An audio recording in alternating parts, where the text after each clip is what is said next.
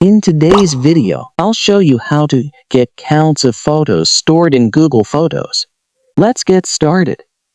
Open the Google Photos app. This works the same on both Android and iPhone. Next, tap on Profile icon in the top right corner of the app. In the menu, tap on Backup.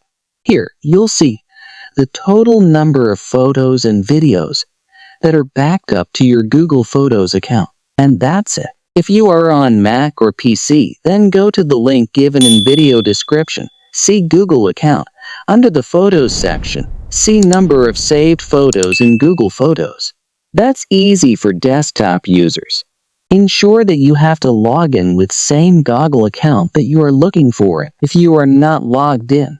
Now you can easily see your photo and video count in Google Photos, iPhone and desktop.